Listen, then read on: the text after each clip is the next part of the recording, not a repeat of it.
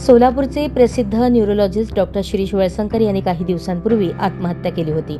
दरम्यान या आत्महत्या प्रकरणात सोलापूर पोलिसांनी 720 पानांचे आरोपपत्र सोलापूर कोर्टात सादर केले आहे. डॉक्टर वळसंकर यांच्या एसपी इन्स्टिट्यूट ऑफ न्यूरोसायन्सेसच्या प्रशासकीय अधिकारी असलेल्या मनीषा माने मुसळे यांनी आत्महत्येस प्रवृत्त केले असे पोलिसांनी या आरोपपत्रात स्पष्ट केले आहे. 18 एप्रिल रोजी वळसंकर यांनी सोलापूरच्या मोदी परिसरातील त्यांच्या निवासस्थानी स्वतःच्या परवानाधारक रिव्हॉल्व्हरने डोक्यात गोळी झाडून आत्महत्या केली. त्यामुळे त्यांच्या खिशात सापडलेल्या सुसाईड नोटमध्ये मुसळे यांच्यामुळे आर्थिक बाबींवरून तीव्र तणाव असल्याचा आरोप केला होता. पोलीस तपासात एसपी इन्स्टिट्यूट ऑफ न्यूरोसायन्सेसमध्ये मोठा आर्थिक गैरव्यवहाराचा खुलासा झाला. यामध्ये माने यांची प्रशासकीय भूमिका महत्त्वाची होती. लाखो रुपयांचे संशयास्पद बँक व्यवहार माने यांच्याशी संबंधित खात्यांशी जोडले गेले, ज्यामुळे डॉक्टर वळसंकर यांच्या तणावाला कारणीभूत ठरले.